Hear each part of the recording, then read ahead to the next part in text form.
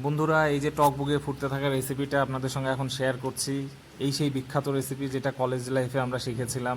প্রথম বাড়ি থেকে বাইরে যাই, কেউ রান্নাবান্না সম্পর্কে কারোর কোনো আইডিয়া নেই। এবার বাইরে গিয়ে হোটেলের খাবার খেতেও পারি না, ভিন রাজ্য। এরকম অবস্থায় বাধ্য হয়ে আমাদের এই রান্নাবান্না শিখতে হয়েছিল। এবার ভাগ্যক্রমে এক বন্ধু ছিল যে এই রান্নাবান্নার ব্যাপারে মোটামুটি একটু জানতো, তার কাছ থেকেই শেখার মানে সার্ভাইভাল রেসিপি।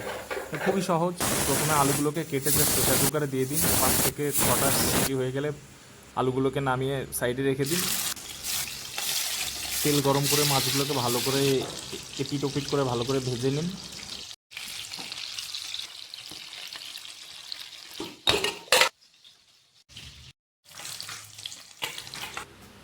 গরম তেলে গোটা কাঁচা জিরে দিয়ে ভালো করে একটু নেড়ে নিন।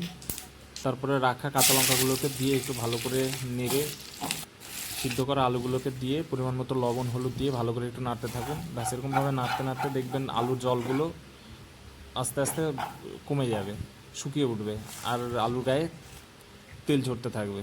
এরকম অবস্থায় 1 হাঁটু জল ঢেলে দিন, দিয়ে ভালো করে এরকম নাড়তে থাকুন। তারপর টকবুগে ফুটতে থাকলে আবার তার ভেতরে ভেজে রাখা মাছগুলোকে সাঁতার কাটতে ছেড়ে দিন। এবার বেশ কিছুক্ষণ মাছগুলো এইভাবে সাঁতার কাটবে, খাবে, তাদেরকে এই অবস্থায় ছেড়ে দিন।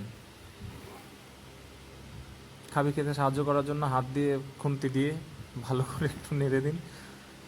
খেতে থাকা মাছগুলোকে জিরো গুঁড়োর সার্টিফিকেট দিয়ে কিছুক্ষণ রেখে ভালো করে নামিয়ে নিন। তারপরে ক্যামেরাটাকে উপরে নিচে করে এদিক ওদিক করে শো অফ করে সার্ভাইভাল রান্না এখানে শেষ।